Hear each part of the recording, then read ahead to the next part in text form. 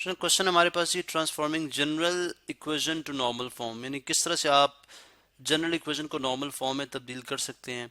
अब normal form हम जैसे कि पढ़ के आ चुके हैं, क्या है हमारे पास x cos phi plus y sine phi is equal to P is equal to perpendicular. ठीक है, अब ये इसको अगर मैं थोड़ा सा एक इसका हवाला से दे दूं तो क्या था कि फर्ज करें हमारे पास इंफॉर्मेशन हो इस तरह से, यानी हमें मालूमात एक लाइन के बारे में सिर्फ इतनी मालूमात बताई जाए कि ये अगर वाई एक्सिस है और ये एक्स एक्सिस है। चलो मैं दोबारा से, अगर ये मेरे पास एक्स एक्सिस है और ये वाई एक्सिस है, एक लाइन हो जो कि जिसकी हमें ना स्लो बताई गई है, कोई भी लाइन हमें ना इसकी स्लो बताई गई है, ना हमें ये बताया गया जी कि इसकी एक्स इंटरसेप्ट कितनी है, वाई इंटरसेप्ट कितनी है, या कोई पॉइंट नहीं बताया गया था। हमें सिर्फ इतना बताया गया कि अगर इस लाइन से आप ओरिजिन पे एक परपेंडिकुलर थ्रो करें इस तरह से, तो ये जो परपेंडिकुलर है ये एक्स एक्सिस के साथ एंगल बना रहा है फाई, जिसको आप यहाँ पे इस्तेमाल कर रहे हैं। ठीक है, और जो इस परपेंडिकुलर की लंबाई है पी वो हमें मालूम है। तो इस सूरत में हम किस तरह से इक्वेशन ऑफ लाइन यानी किस तरह से इक्वेशन ऑफ लाइन बनाते हैं, तो इसी चीज को हम दरअसल नॉर्मल फॉर्म ऑफ इक्वेशन बोलते हैं। यहाँ पे क्वेश्चन हमारा ये है कि एक इक्वेशन गिवन है, ठीक है, ये नॉर्मल फॉर्म है। पहले मैं यहाँ पे लिख दूं, ये हमारे पास क्या है, नॉर्मल फॉर्म है। ठीक है, अब एक इक्वेशन हमें दी गई है जो कि है गिवन इक्वेशन। यहाँ पे मैं लिखता हूँ गिवन इक्वेशन, वो क्या है, 4x minus 3y plus 14 is equal to 0। ठीक है, क्या मतलब हुआ कि हमें जो इक्वेशन दी गई है वो जनरल फॉर्म के अंदर है। वो क्या है, जनरल फॉर्म के अंदर है। हमें इस इक्वेशन को लिखना है नॉर्मल फॉर्म के अंदर। नॉर्मल फॉर्म के अंदर तो किस तरह से लिखा जा सकता है, सबसे पहले तो हम लिखते हैं कि 4x minus 3y is equal to minus 14। अब चूंकि परपेंडिकुलर तो पॉजिटिव होता है, ठीक है, लेकिन यहाँ पे जो डिस्टेंस आ रहा है वो क्या आ रहा है, परपेंडिकुलर एक लेंथ है जो कि यहाँ पे क्या आ रही है, नेगेटिव। अब हम ये बात जानते हैं कि अगर सबसे पहले देखें इस इक्वेशन में तब्दील करने के लिए हमें क्या क्या चाहिए।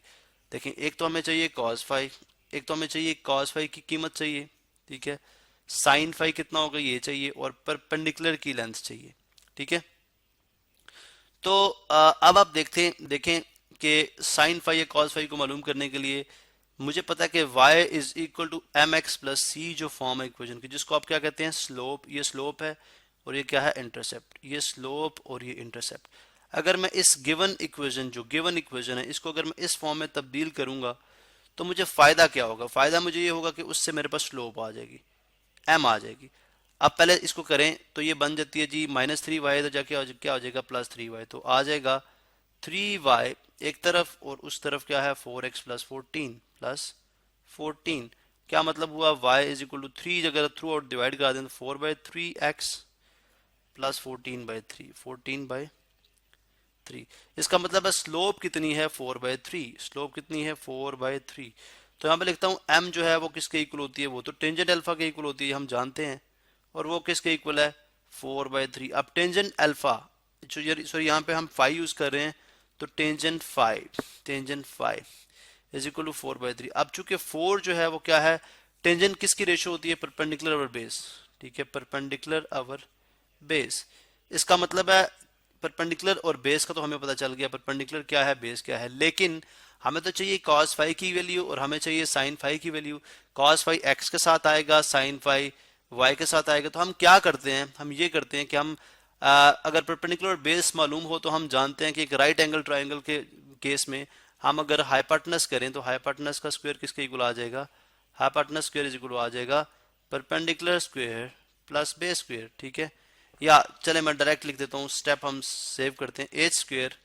देखें, H square is equal to 4 का स्क्वायर प्लस 3 का स्क्वायर प्लस 3 का स्क्वायर। 4 का स्क्वायर तो हो जाएगा हमारे पास 16 प्लस 9 25 हो गया।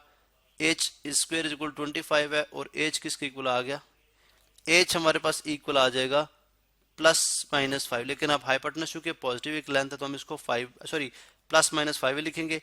अब यहाँ पे हम देखें, यहाँ पे हम चूंकि परपेंडिकुलर को हमने पॉजिटिव बनाना है, परपेंडिकुलर को अगर आप पॉजिटिव बनाना चाह रहे हैं तो जाहिर है आप इसको फिर -5 से डिवाइड करेंगे। क्या करेंगे, -5 से डिवाइड कर देंगे थ्रू आउट, ठीक है। अब यानी सारी टर्म्स को, तो आप देख लें जी कि 4x minus 3y is equal to -14।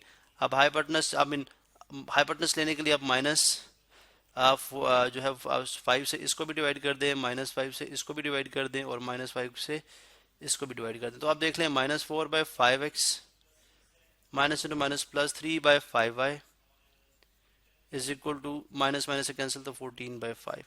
इसका मतलब है अब अगर आप देखें तो ये क्या है, ये आपके पास cos फाई है, ये क्या है, ये आपके पास sin फाई है, और ये क्या है, लेंथ ऑफ परपेंडिकुलर है, लेंथ ऑफ परपेंडिकुलर है। इसका मतलब है इतनी सारी इंफॉर्मेशन को इस्तेमाल करते हुए हमने जो है इस गिवन इक्वेशन को किस में, यानी ये general form of equation, I mean general form थी, उसको हमने तब्दील कर दिया किसके अंदर, नॉर्मल फॉर्म के अंदर। अब नॉर्मल इसलिए कहते हैं कि क्योंकि अगर आप देखें, जैसे मैंने पहले भी बयान किया कि ये आप ये समझे कि अगर ये एक स्मॉल पॉइंट हो, इस पॉइंट के ऊपर ये क्या है, ये एक नॉर्मल लाइन है, तो इसलिए हम इसको नॉर्मल फॉर्म कहते हैं। तो आप देखें किस तरह से हमने गिवन जो इक्वेशन थी उसको नॉर्मल फॉर्म में तब्दील किया।